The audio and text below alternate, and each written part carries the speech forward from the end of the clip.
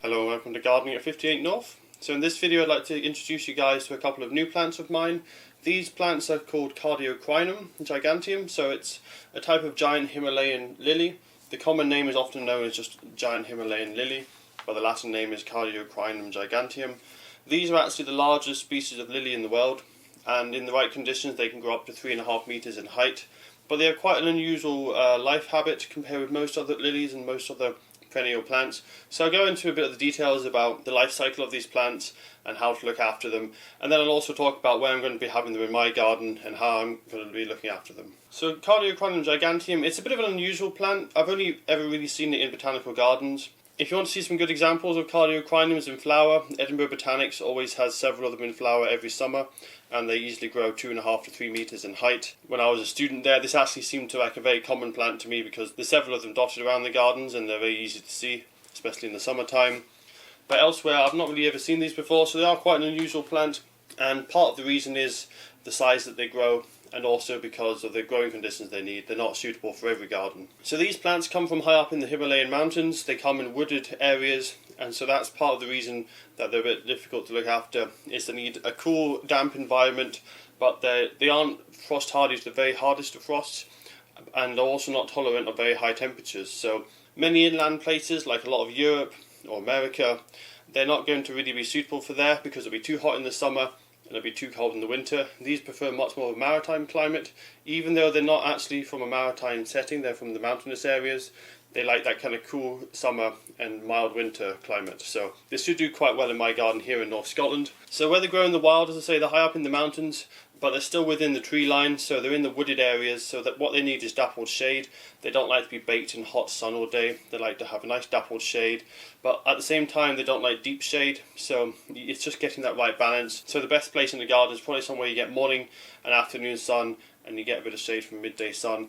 Or if you have a tree with quite an open canopy and you get nice dappled shade coming through, that would also be a good place for these plants to grow. If you get strong winds, it can easily knock over the flower stems, so they need quite a sheltered position. And where they would be in the wild, on the forest floor, it really doesn't get any wind because it's sheltered from the trees, so they need a really nice sheltered position. And they also need constant moisture, because where they are in the Himalayas, it's a monsoon climate in the summer, it rains almost every single day, and even in winter they get adequate rainfall as well. A lot less rainfall than summer, but it's still kept damp at all times. But they don't like waterlogging either, so because these plants, they don't grow in river edges or in marshes, they just grow in high rainfall areas. They also need good drainage, so that can be a bit of a tricky thing to keep it well watered but not have it get waterlogged. So that's part of the reason these are quite tricky to grow. So here in North Scotland we've actually got a very suitable climate.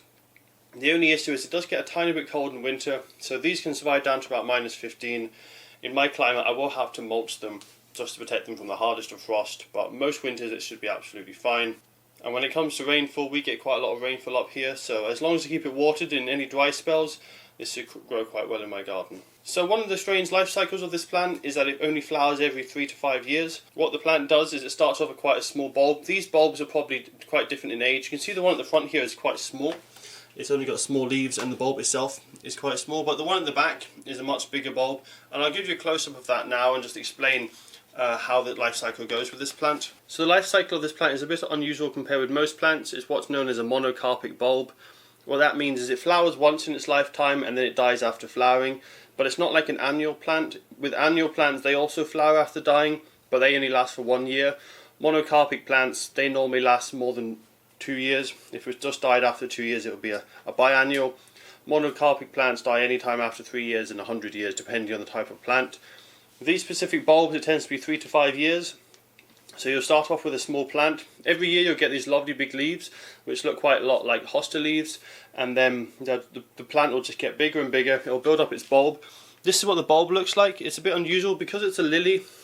It's made out of lots of different little bracts, which is basically like the base of the leaf. And so you've got these strange kind of lumpy sections, and it's just like a whole load of them crammed together. So it looks a lot like something like a pine cone or something like that. It doesn't look like a normal kind of bulb.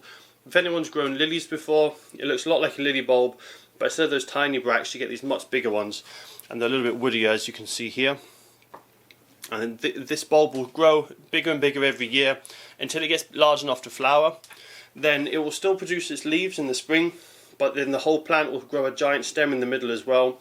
It will grow really tall, and then around midsummer to late summer it will put on a massive display of flowers. The flower stem will be anywhere from 2 meters to 3.5 meters in height, covered in up to 40 or 50 huge trumpet-like blooms, just like a normal lily bloom but bigger, and it will have a nice scent as well. So they're really stunning when they're in flower, but you do have to wait 3 to 5 years depending on the climate conditions, and then once it flowers the whole plant will die. But fortunately it normally sends off some little offshoots from the bottom, so you get 3 or 4 new plants appearing just after the main plant dies, and then each of those new plants will go into the new cycle of 3 to 5 years, getting bigger every summer, and then it will flower, and then it just dies down and starts the cycle again. So that's how these grow.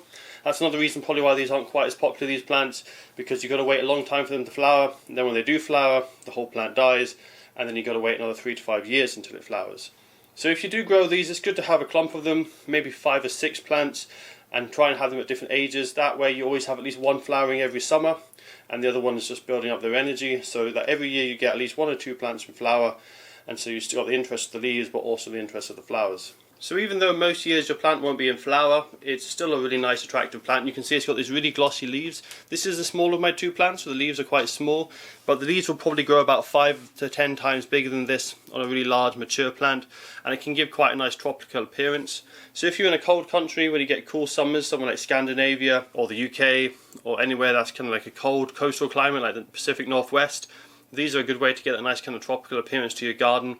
Large glossy leaves over the summer, and then those giant flowers as well. There are a few different types of Cardiocrinum. This is Cardiocrinum giganteum, which is the largest variety. You can get a few other ones which have some nice, which actually have some nicer leaves. I'll show you some photos now, and they have some nice kind of the veins on the plant have a bit more colour, so it just gives it a little bit more interest. So as for my 2 plants, I only got these a month ago, and I'll put up some photos now to show you how big they were then. As you can see, they've grown a huge amount. I bought them and they were supposed to be both the same size, but as you can see they're very different sizes. I planted them up, and they were both in very small plastic bags with almost no space for the roots, so I put them in larger pots. The biggest bulb I gave a 5-litre pot, the smaller one I gave a 3-litre pot, and they're filling them really nicely now. It looks like they're going to get quite large plants, especially the big one. I knew it was a larger bulb, I didn't realise how much bigger it was. And looking at this, it looks about at least 3 or 4 times the size of the smaller plant. There isn't any signs yet of this large plant coming into flower at the base. It's generally just growing leaves. There's no obvious stem starting to grow. So I'm not expecting this to flower this year. There's still a chance that it might start growing a stem and it might go into a flowering mode later on in the season, but there's no indication of that yet. So I think both of these are just going to be leaves for this year. But this plant at the back, because it's such a large plant, I suspect next year could be the year that it does flower, so that'll be quite exciting to see. However, the plant at the front is a lot smaller, so I think that'll probably be another 2 or 3 years until we get any flowers in that one. So another issue with these plants that I'll have to watch out for is slugs and also lily beetle. This has already been attacked by slugs. You can in fact see a few holes already in some of these leaves, and because these like damp conditions in dappled shade, that's exactly where the slugs like to live and the snails like to live.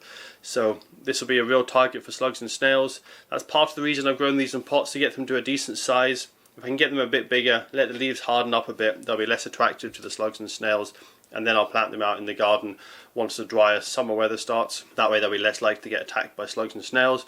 And then the other issue will be lily beetle. Lily beetle can be a huge problem depending where you are in the country, and it's basically a bright orange beetle which nibbles on the leaves. It also lays eggs, and its larvae also eat the leaves, so it can cause quite a lot of damage to your lily plants, and they just seem to be able to find the lilies no matter where they are. If you've got lily beetle in the area, they'll just fly around, home in on the lilies, and you'll be infested within a few weeks. So that's something to watch out for, and they are quite a nuisance. So you just need to keep an eye out for lily beetle if you do have these lilies growing. So when it comes to these 2 plants, I'm going to be using them for my tropical style garden. The one at the bottom I'll probably grow at my house because I've got quite a sheltered position. I'm going to put it behind a hedge, and it's north facing. It'll only get direct sun first thing in the morning, and then for the rest of the day it should be mostly in shade. But the shade isn't above it, it's to the side because it's a hedge. So although it's shaded, it's not deep shade, it's quite light shade, so that should be a quite good position for it. It is a Leylandii hedge unfortunately, so it will suck up a lot of moisture from the ground. So I'll be making sure this is very well watered, otherwise this is going to dry out quite easily and not be too happy. But as long as I keep this well watered, that should grow quite well in my garden. It's also quite a sheltered position, so it's not too windy for it. As for the plant at the back, which is much bigger, I'm going to be planting that in my parents' woodland style garden. Now in the future that will be a perfect environment for it because it'll be dappled shade, and it will also be quite sheltered with not too much wind, with a shelter from the trees. Unfortunately at the moment the woodland garden is still quite young. The trees are quite juvenile, so there's a lot of space in between them, a lot of sun, quite a lot of wind, and that's why I want to put the bigger plant there. The bigger plant's going to be a bit more robust. If it struggles to survive for a few years, it might shrink in size slightly, but it shouldn't die. If I put the small one, it might get overtaken by grasses and other plants which like the sunnier environment, and it'll probably be out-competed and killed. So if I put the larger bulb in there, more chance of surviving, and within a few years' time the tree should have grown up a little bit more, and it'll be a bit more like a woodland, and this should grow really well there. But if it does flower before the trees are big enough for shelter, I'll definitely have to stake it, because that is actually a very windy garden, at least until the trees start to grow a bit more. So that's it for this video. I might make some updates later in the summer when I come to planting these, and I'll definitely make an update if they come into flower. As I said before, I'm not expecting any flowers on these, but there is a chance that the one at the back could flower, as it is a large bulb, but there's currently no signs of that, so I suspect it'll be next year when that flowers. The one at the front will be planted out in my garden later this year. I'm not sure when, I just need to get the beds sorted. The one at the back, once the leaves have toughened up enough and the worst of the winter storms are gone, I'll be planting that out as well, because we're now just past the risk of frost. It's now May, and my parents' garden's near the coast, so they don't normally get much frost in May, but I will need to be careful because it's very windy up where they are, so I need to wait until the worst of the storms are finished. So that's all for my introduction video to my Cardiocrinums, and I hope to give you guys an update later in the year when these are either flowering or I'll be planting them in the gardens.